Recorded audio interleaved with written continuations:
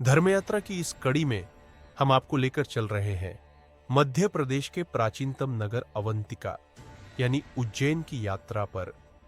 मध्य प्रदेश के शहर उज्जैन का नाम तो हर किसी ने सुना ही होगा। अपनी धार्मिक मान्यताओं के लिए मशहूर यह शहर पूरी दुनिया में दो चीजों के लिए सबसे ज्यादा जाना जाता है। पहला, यहां स्थित बाबा महाकाल का मंदिर, और दूसरा, यहां होने वाला कुंभ।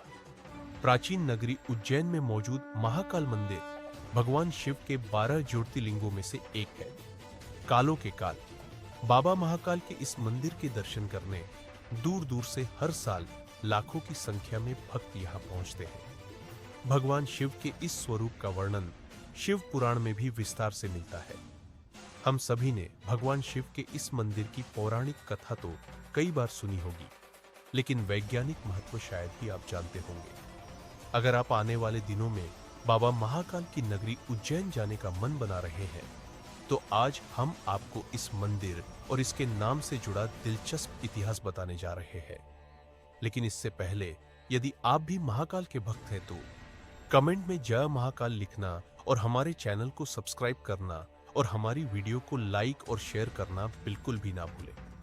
हम सभी ने बचपन से पढ़ा है कि हमारी पृथ्वी गोलाकार है, लेकिन जब भी बात इसके केंद्र बिंदु की आती है तो लोग अक्सर सोच में पड़ जाते हैं। ऐसे में अगर हम आपसे यह कहें कि मध्य प्रदेश का शहर उज्जैन ही पृथ्वी का केंद्र बिंदु है, तो क्या आप इस पर यकीन करेंगे? दरअसल ऐसा हम नहीं, बल्कि खुद खगोल शास्त्री मानते हैं। खगोल शास्त्रियों के मुताबिक मध्य प्रदेश का यह प्राचीन शहर धरती और आकाश के बीच में स्थित है। यहां तक कि शास्त्रों में भी उज्जैन को देश का नाभि स्थल बताया गया है। वराह पुराण में भी उज्जैन नगरी को देश का नाभि स्थल और बाबा महाकालेश्वर को इसका देवता बताया गया है। भोलेनाथ की नगरी उज्जैन हमेशा से ही काल गणना के लिए बेहद उपयोगी एवं महत्वपूर्ण मानी जाती रही है। इसके अलावा उज्जैन ही वो शहर है जहां कर्क रेखा और भूमध्य रेखा एक दूसरे को काटती है। इस प्राचीन नगरी की इन्हीं विशेषताओं को ध्यान में रख काल गणना, पंचांग निर्माण और साधना के लिए उज्जैन को सर्वश्रेष्ठ माना गया है। यही वजह है कि प्राचीन समय से ज्योतिषाचार्य यहीं से भारत की काल गणना करते आए हैं। काल की गणना की वजह से ही यहाँ के आराध्य भगवान शिव को महाकाल के नाम से जाना जाता है। मान्यता के अनुसार दूषण नाम के एक राक्षस के कारण अवंतिका में आतंक हुआ करता था। नगर के लोगों ने भगवान शिव से प्रार्थना की कि दूषण का अंत हो जाए। इस पर भगवान ने उसको भस्म कर दिया है और उसकी राख से अपना श्रृंगार कर लिया। इसके बाद शिवजी वही महाकाल के रूप में बस गए। इसी कारण से इस मंदिर का नाम महाकालेश्वर रख दिया गया। इसी वजह से शिवलिंग की भस्म आरती होने लगी। भस्म तैयार करने के लिए प्राकृतिक चीजों का इस्तेमाल किया जाता है। शिव पुराण के अनुसार कहा जाता है कि भस्म सृष्टि का सार है। एक दिन पूरी दुनिया भस्म में बदल जाएगी और इसी को भगवान शिव सदैव धारण किए रहते हैं। इसका अर्थ है कि एक दिन यह संपूर्ण सृष्टि शिवजी में विलीन हो जाएगी। उज्जैन स्थित महाकाल मंदिर का पौराणिक महत्व भी है। यह मंदिर भगवान शिव के 12 ज्योतिर्लिंगों में से तीसरा ज्योतिर्लिंग है। इसकी खास बात यह है कि यह ज्योतिर्लिंगों में से एक है। एकमात्र ऐसा ज्योतिर्लिंग है जो दक्षिण मुखी है। यही वजह है कि तंत्र साधना के लिहाज से इसे काफी अहम माना जाता है, क्योंकि तंत्र साधना के लिए ज्योतिर्लिंग का दक्षिण मुखी होना जरूरी है। इस मंदिर को लेकर एक मान्यता यह भी है कि यहाँ भगवान शिव स्वयं प्रकट हुए थे। साथ ही पुराणों में भी ऐसा कहा गया है कि उज्जैन की स्थापना खुद ब्रह्मा जी ने की। यह भी मान्यता है कि महाकाल के दर्शन मात्र से ही मोक्ष की प्राप्ति हो जाती है। हिंदू धर्म में उज्जैन शहर का अपना अलग महत्व है। यह प्राचीन धार्मिक नगरी देश के 51 शक्तिपीठों और 4 कुंभ स्थलों में से एक है। यहाँ हर 12 साल में पूर्ण कुंभ तथा हर 6 साल में अर्ध कुंभ मेला लगता है।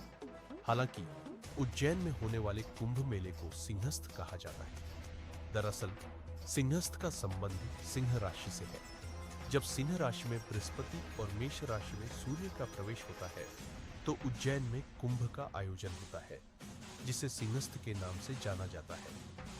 क्षिप्रा नदी के तट पर बसे होने की वजह से इस शहर को शिप्रा के नाम से भी जाना जाता है। इसके अलावा यह प्राचीन नगरी संस्कृत के महान कवि कालिदास की नगरी के नाम से भी काफी प्रचलित है। वहीं बात करें इसके प्राचीन नामों की, तो उज्जैन को पहले अवंतिका, उज्जैनी, कनकश्रृंगा के नाम से भी जाना जाता था। यह मध्य प्रदेश के 5वें सबसे बड़े शहरों में से है, जो अपनी धार्मिक मान्यताओं के चलते दुनिया भर में पर्यटन का प्रमुख स्थल है। महाकालेश्वर मंदिर के अलावा यह गणेश मंदिर, हरसिद्धि मंदिर, गोपाल मंदिर, मंगलनाथ मंदिर, काल भैरव मंदिर भी काफी प्रसिद्ध है। महाकाल की नगरी उज्जैन में रात में कोई राजा नहीं रुकता। ऐसा कहा जाता है कि यहाँ के राजा महाकाल है। जो राजा यहाँ रुकता है उसका राजपाट सब नष्ट हो जाता है या फिर उसकी मौत हो जाती है। इन बातों का कितना आधार है ये तो हम नहीं जानते, लेकिन अभी अभी यहाँ आप इन बातों को सुन सकते हैं। महाकाल के अलावा केवल विक्रमादित्य ही ऐसे राजा थे जो उज्जैन में रात विश्राम किए हैं। इसके अलावा किसी राजा ने यहाँ रात नहीं बिताई है। काल गणना के अलावा उज्जैन शहर अपने राजा विक्रमादित्य की वजह से भी काफी जाना जाता है। दरअसल प्राचीन काल में इस नगरी में राज करने वाले राजा विक्रमादित्य ने हिंदुओं के लिए एक ऐतिहासिक कैलेंडर विक्रम संवत का निर्माण कराया था, जो वर्तमान में एक प्रचलित हिंदू पंचांग है। इसी पंचांग के आधार पर भारत के उत्तरी, पश्चिमी और मध्य भाग में व्रत त्योहार मनाए जाते हैं। इतना ही नहीं, इस संवत को नेपाल में भी मान्यता मिली हुई है। विक्रम संवत से पहले देश में युधिष्ठिर संवत, कलयुग संवत और सप्तर्षि संवत भी प्रचलित रह चुके हैं। महाकालेश्वर मंदिर को विशेष तौर पर 3 हिस्सों में बांटा गया है। सबसे निचले हिस्से में महाकाल ज्योतिर्लिंग स्थापित है।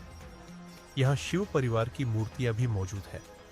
इसके ऊपरी हिस्से में ओंकारेश्वर मंदिर और इससे ऊपरी में नागचंद्रेश्वर मंदिर है। यहाँ एक कुंड भी मौजूद है, जिसे लेकर ऐसा कहा जाता है कि कुंड में स्नान करने से व्यक्ति के सभी पाप धुल जाते हैं। प्राचीन काल से ही उज्जैन को एक धार्मिक नगरी की उपाधि की प्राप्ति है। इस पवित्र शहर की खासियत है कि यहाँ आने वाले लोगों को ये अपना सा बना लेता है। भगवान महाकाल की भस्म आरती देखने का सुनहरा अवसर किसी किसी को ही प्राप्त हो पाता है। मान्यता है इस आरती में शामिल होने वालों के सभी दुख दर्द दूर हो जाते हैं। रोजाना सुबह भस्म आरती और महाकाल का श्रृंगार किया जाता है। महाकाल के दर्शन करने के साथ इनकी भस्म आरती भी जरूर देखनी चाहिए। इस तरह की आरती देखने का अवसर सिर्फ आपको उज्जैन में देखने को मिलेगा। आरती में शामिल होने के लिए आप ऑनलाइन बुकिंग भी करवा सकते हैं। बुकिंग के लिए मंदिर की वेबसाइट पर जा सकते हैं। हालांकि मंदिर के टिकट काउंटर से भी भस्म आरती की बुकिंग हो सकती है, लेकिन उधर लंबी लाइन मिल सकती है। महाकालेश्वर मंदिर के नियमानुसार भस्म आरती को महिलाएं नहीं देख सकती हैं। अगर वो इस आरती में शामिल है तो उन्हें घूंघट करना पड़ता है। बता दें कि भस्म आरती से पहले यहाँ शिवलिंग पर जलाभिषेक किया जाता है। यह भस्म आरती में शामिल होने के लिए किसी तरह का भी पहनावा पहन सकते हैं, लेकिन अगर आप जलाभिषेक करना चाहते हैं तो उसके लिए पुरुषों को सिर्फ धोती और महिलाओं को सिर्फ साड़ी पहननी होती है। अन्य तरह के कपड़े पहने होने पर यहाँ जलाभिषेक करने की अनुमति नहीं है। उज्जैन में महाकालेश्वर मंदिर के अलावा हरसिद्धि मंदिर, रामघाट, श्री राम जानकी मंदिर, संदीपानी आश्रम, गढ़कालिका मंदिर और मंगलनाथ मंदिर मौजूद है। यहाँ जाकर आप दर्शन कर सकते हैं। अगर आप श्री ओमकारेश्वर ज्योतिर्लिंग के दर्शन करना चाहते हैं तो इसके लिए आपको उज्जैन से 3 घंटे की दूरी का सफर तय करना होगा। उज्जैन एकमात्र ऐसा पवित्र शहर है जहां पर आपको स्ट्रीट फूड में फलाहारी खाना मिलेगा। यहाँ की हर सड़क पर आपको व्रत वाला खान-पान ज्यादा मिलेगा। ऐसा इसलिए क्योंकि यहाँ आने वाले ज्यादातर लोग आध्यात्मिक यात्रा के लिए आते हैं और इनमें से कुछ लोग ऐसे भी होते हैं जिनका व्रत होता है। ये लोग ओमकारेश्वर या महाकालेश्वर ज्योतिर्लिंग पर जल चढ़ाने के बाद ही कुछ खाते हैं। ऐसे में यहाँ आए पर्यटकों के खानपान का ख्याल रखते हुए साफ सफाई के साथ व्रत में खाने वाला खाना मिलता है। इसलिए यहाँ स्ट्रीट फूड में ज्यादातर फलाहारी भोजन ही मिलते हैं।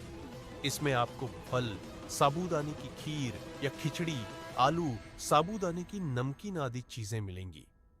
दोस्तों, ऐसी ही जानकारी पाने के लिए जुड़े रहिए हमारे चैनल सच्ची बात अच्छी बात विशाल के साथ। और हाँ, वीडियो को लाइक, शेयर और चैनल को सब्सक्राइब करना बिल्कुल भी ना भूलें।